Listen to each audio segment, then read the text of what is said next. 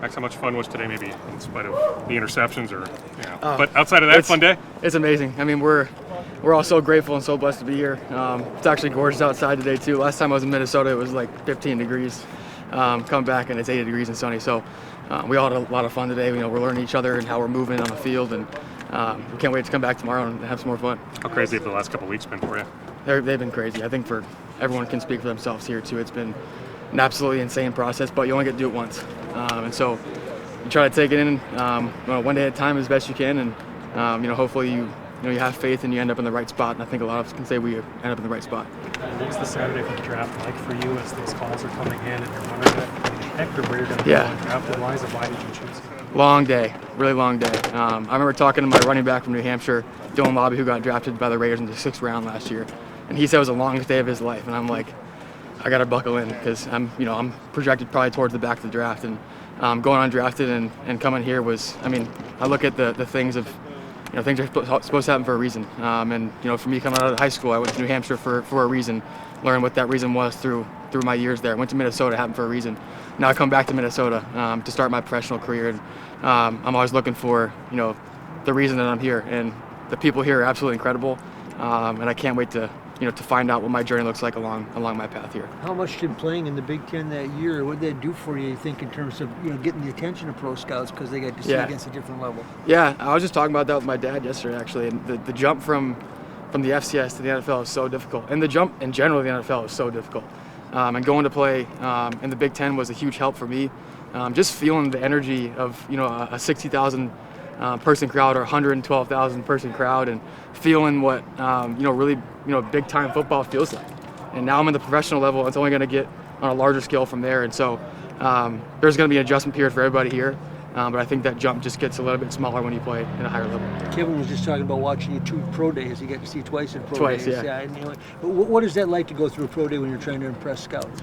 I think you do your best to focus on yourself and your guys. At that point, you've worked so much and you've put so much, energy and time into, making that pro day script, of making your body healthy, running your 40 the best you can, and getting the routes prepared with your guys as best you can, and you do your best just to stay on track with your guys. It's not for anybody else. It's just it's an accumulation and a cap to all the work you've put in, and the guys did such a good job. I had a great crew out there, and couldn't have asked for better guys to do pro day with. The first one you did, obviously you're not going to the draft that year. Yeah. So what's your intent? He just said let it fly. You caught his eye in that one in particular. Yeah, that was fun. That was an interesting one because I had never thrown with those guys before. I got there, and they were like, "Hey, we need an arm for pro day," and I'm like, "Count me in. I'm good."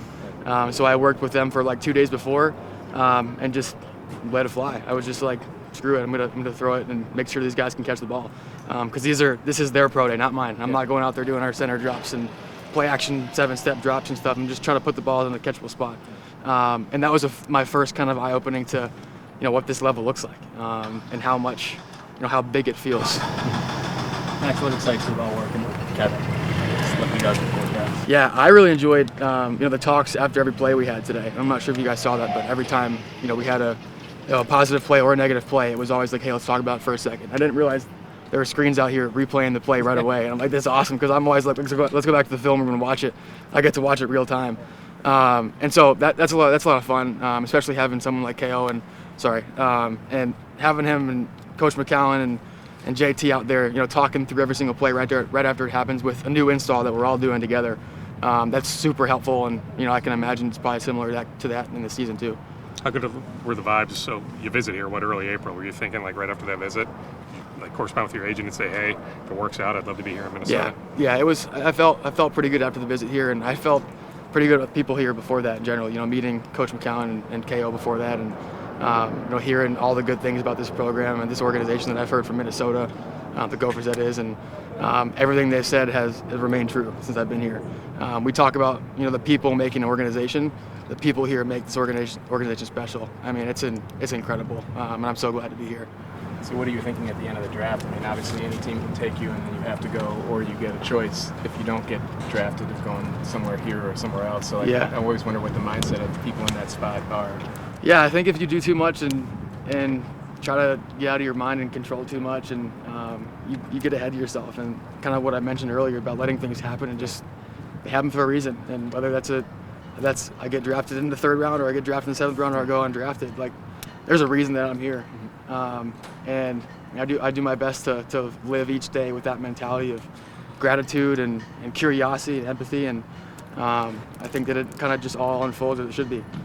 Have you always thought like that, or is that something that you had to learn? Like, It's definitely a learning process. Even now, I mean, people, we talk about living that way, and it's such a challenge mentally and physically to live that way. But I think it's about the attention to it and the intention of living that way on a daily basis. It's not just going to come to you. And like when I threw interceptions today, I'm like it has to be the next play mentality. It's the same thing on a daily up as well. It's a next play mentality. It's that meeting didn't go as well as I thought it would. The next one, and being really grateful for the time that you're here, spending each day with that gratitude in mind.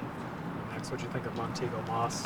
Yeah. Throwing balls out there. I saw him in the room, one of the rooms before yesterday when we were doing check-in process, and I had to make sure I gave him a couple jabs for playing that Maine 3-0 against the Maine Black Bears, and he knew who I was when I walked up, and he was like, I know. I can't really say much. So we have fun with that, and I'm so glad that there's 2 CAA guys here from the same. We were rivals our entire lives, and for guys that or people that don't know about that rivalry, it's a huge rivalry in the FCS. It's one of the biggest. We play for a big musket.